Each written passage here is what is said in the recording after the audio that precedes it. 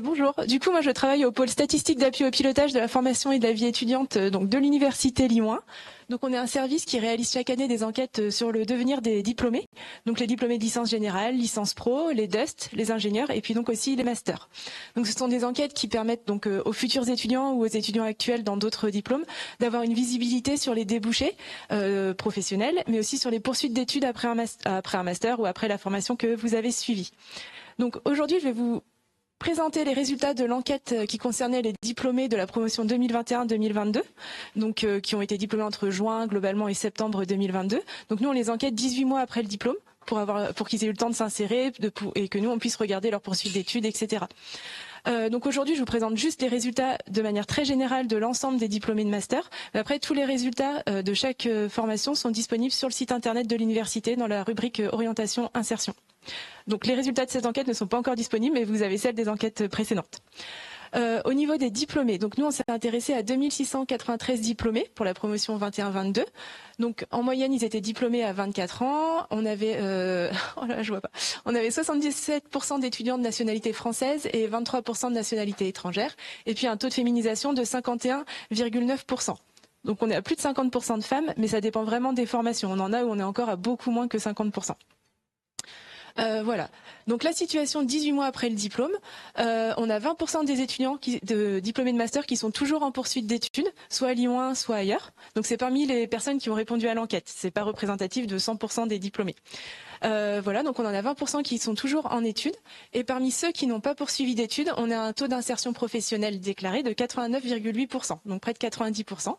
On en a 4,9% qui étaient en recherche d'emploi. 3,8% en inactivité, c'est-à-dire qu'ils cherchaient pas d'emploi, ils étaient en année sabbatique, ils préparaient un projet de reconversion, enfin tout ce qui ne rentre pas dans la recherche d'emploi. Et puis on avait aussi 1,6% qui avaient déjà trouvé un emploi, mais qui n'avaient pas encore commencé. Voilà. Donc le mode d'accès principal à l'emploi actuel, donc c'est pas forcément le mode d'accès au premier emploi, et donc dans 20%, pardon. Dans plus de 20% des cas, en fait, c'est le stage de fin d'études ou l'alternance qui a des débouchés sur l'emploi actuel. Donc c'est vraiment un gros facteur pour l'insertion. Ensuite, on a la réussite à un concours. Donc là, on est à 18,7%. Donc c'est un taux qui est assez élevé, mais c'est parce qu'à l'université Lyon 1, on a des masters enseignement qui, pour beaucoup, vont passer les concours de professeurs des écoles. Donc c'est ce qui fait augmenter le taux d'insertion via un concours. Ensuite, on a les petites annonces, les sites d'emploi sur Internet, les réseaux sociaux comme LinkedIn, les candidatures spontanées. Et puis aussi, on voit que le réseau relationnel, que ce soit les relations professionnelles ou les relations personnelles, tout ensemble, on est à près de 13% en fait d'accession à l'emploi via ce moyen. Voilà. En termes de caractéristiques de l'emploi, donc là on est sur l'emploi à 18 mois, c'est pas non plus le premier emploi. Donc dans 57% des cas, on est en CDI, plus 20% de fonctionnaires, donc ce qui fait un taux d'emploi stable de près de 80%. Ensuite, on est à environ 26% de CD, pardon, 16% de CDD, pardon, et 2,3% de professions libérales. Puis on a les autres types d'emplois qui sont vraiment moins nombreux. En termes de CSP, on va dire que c'est le niveau de l'emploi. On est à plus de 80% de cadres, 82,9% de cadres, et puis 11,5% d'emplois de niveau intermédiaire. Et puis en temps de travail, on est quasiment à 100%. On est à 96% d'étudiants qui sont à temps plein. Enfin, plus d'étudiants d'ailleurs. Voilà. Le type d'employeur, donc c'est une entreprise privée dans 59,7% des cas et la fonction publique dans 31,8% des cas. Là encore, la fonction publique, c'est un employeur important pour les diplômés de master en général, parce que là encore, on a les diplômés des masters enseignement qui vont travailler notamment dans la fonction publique. Pas tous, mais une partie. Voilà. Et d'ailleurs, on voit que le secteur d'activité principal, c'est l'enseignement. Donc, c'est pour ces masters-là, globalement. Et puis aussi, ensuite, on a les activités spécialisées, scientifiques et techniques pour 17,7%.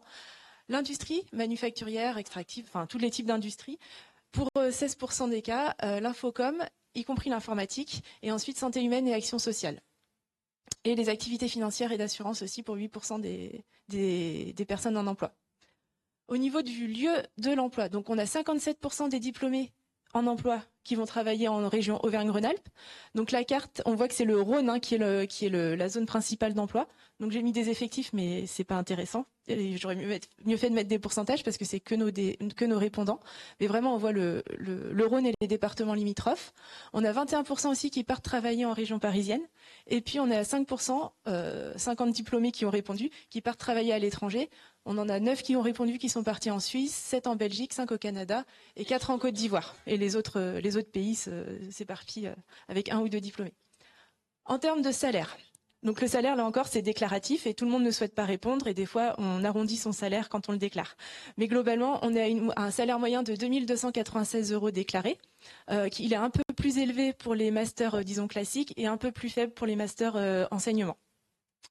En termes de répartition, on a une grosse partie des diplômés qui est entre 2 000 et 2 500 €, avec 42,6% des diplômés qui ont ce salaire. Et donc là, c'est le salaire net, mais ça ne prend pas en compte, par exemple, les 13e mois, les intéressements, etc. Donc c'est le salaire net de base, on va dire. Hop. La durée pour trouver le premier emploi. Donc là, c'est parmi tous les étudiants qui ont dit qu'ils avaient trouvé un emploi à un moment ou un autre, même si actuellement ils ne sont pas en emploi. Donc la moyenne, c'est de 3 mois, donc c'est assez rapide. Et on a plus de la moitié des diplômés qui ont trouvé un emploi en moins de 2 mois, et près de 30% qui ont été embauchés directement après leur stage ou leur alternance, enfin directement à la fin de leur diplôme. Hop. Donc ensuite, on a un peu une approche qualitative, on va dire. On interroge les diplômés sur l'adéquation entre leur emploi et leur formation. Donc, on leur demande si l'emploi qu'ils occupent correspond à un niveau Bac plus 5. Donc, on voit qu'entre les plutôt oui et les oui tout à fait, on a 87% des étudiants qui sont d'accord avec cette affirmation. 79% qui trouvent que leur master correspond bien au contenu pédagogique, que leur emploi correspond bien au contenu pédagogique de leur formation. Et 90% que leur emploi correspond bien au domaine de manière générale de leur formation. Donc ça veut aussi dire que finalement, par exemple, si on prend les 79% qui ont un emploi qui correspond au contenu pédagogique de leur master, ça veut dire qu'il y a 20% qui ont aussi été capables de s'adapter et de trouver un emploi qui ne correspond pas exactement à leur contenu. Ça leur a donné les bases aussi pour trouver un emploi, pour être capable de s'adapter. Ensuite, on leur demande s'ils sont satisfaits dans leur emploi, ce qui est aussi un petit peu important. Donc des missions à accomplir, donc à 94%, ils sont satisfaits. Du niveau de responsabilité, donc 91% sont satisfaits. Et puis du niveau de rémunération, donc c'est là où le bas blesse, on est à 66% de satisfaction. Mais globalement, par rapport à la satisfaction générale des Français par rapport à leur salaire, c'est pas mauvais. Voilà. Ensuite, on leur demande si leur formation était un bon moyen d'accès à l'emploi. Donc, dans 80% des cas, ils pensent que oui. Donc ça, c'est pour les personnes qui ne sont pas forcément en emploi, mais qui sont en recherche d'emploi ou... Pardon, c'est les cas.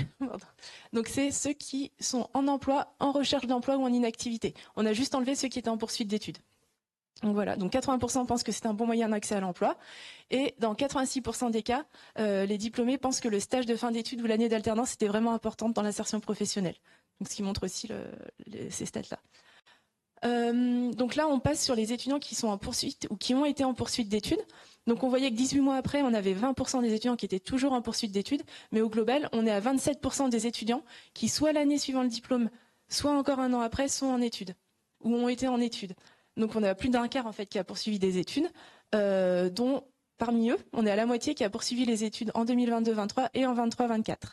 Et en termes de poursuite d'études, donc on n'a pas 50% des diplômés qui poursuivent en doctorat. C'est parmi les étudiants qui poursuivent des études, il y en a la moitié qui ont indiqué qu'ils poursuivaient en doctorat. Voilà. Ensuite, on a des masters 2 à 13,1%. Donc ça, c'est les vrais masters entre guillemets, mais on voit qu'on a aussi les masters spécialisés un peu plus loin, un peu plus bas à 4,6%. Et on a aussi les Masters of Science, disons que c'est un peu le même type de diplôme, encore plus bas à 0,7%. On a aussi des étudiants qui sont en études de santé à 7,5%, mais là c'est globalement des étudiants en médecine qui font un master en plus de leurs études, donc c'est pas forcément, vous n'êtes pas forcément concernés. Voilà. Et puis autrement, on a quelques étudiants qui recommencent en master 1, etc. Voilà. Et là, on a fait une petite synthèse de l'évolution de la situation à 6, 12 et 18 mois. Donc ça prend vraiment en compte tous les étudiants, donc y compris les poursuites d'études. C'est pour ça que les taux d'insertion sont un peu plus faibles que le premier chiffre présenté. Mais globalement, on voit que 6 mois après le diplôme, on est à 57% d'étudiants en emploi. On passe à 66% 12 mois après et 70% 18 mois après, en comptant la poursuite d'études. Donc, tout en restant sur le chiffre de 89% d'insertion 18 mois après le diplôme présenté sur la première slide. Voilà. Et voilà, donc ça c'est le lien vers les résultats des enquêtes sur le site de l'université. Je ne sais pas si vous avez des questions.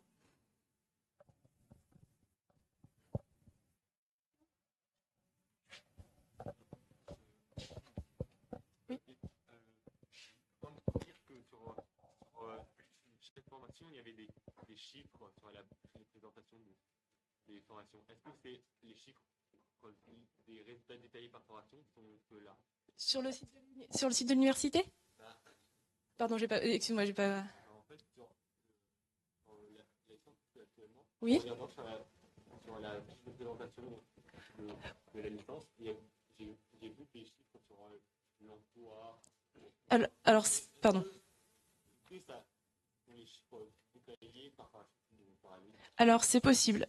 Du coup, je sais que, en tout cas, sur le site internet de l'université, quand on regarde les fiches formation ou l'offre de formation, il y a marqué les statistiques d'insertion professionnelle sont disponibles sur une page. Et effectivement, c'est notre page. Si c'est ça dont vous parlez, il s'agit effectivement de ces chiffres-là. C'est ça. Quand vous êtes dans l'offre de formation et vous êtes dans la fiche de formation, il y a différents onglets et dans l'onglet « Et après », vous trouverez les statistiques donc, de l'OVE. Donc les résultats détaillés de cette enquête-là ne sont pas encore disponibles, hein, c'est ce que je disais, mais il y a vraiment toutes les enquêtes précédentes.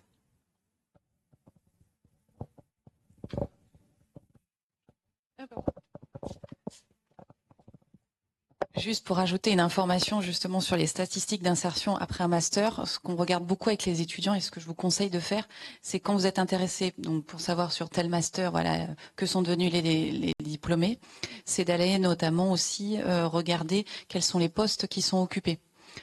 Donc comme ça, vous avez différents intitulés de postes, de métiers, et vous allez derrière pouvoir avoir des idées justement pour trouver des stages, pour trouver de l'emploi, aller regarder qu'est-ce qui se cache derrière ce métier, quelles sont les compétences attendues, quelles sont les missions et les activités de ce métier. Donc voilà, vous retrouvez le salaire, vous retrouvez plein d'informations, mais notamment les intitulés de postes, c'est vraiment un élément important quand on veut se renseigner sur les débouchés professionnels. Est-ce qu'il y aurait d'autres questions? Non? De toute façon, voilà, vous les retrouvez si jamais vous voulez échanger voilà, dans le hall de Thémis. Et puis, je pense que d'ici quelques minutes, il y a la prochaine conférence qui va démarrer. Et donc là, ce sera sur la plateforme Mon Master. Donc, vous allez avoir beaucoup d'informations importantes. Voilà, merci pour votre écoute. Et merci aux intervenants pour cette conférence. Merci beaucoup.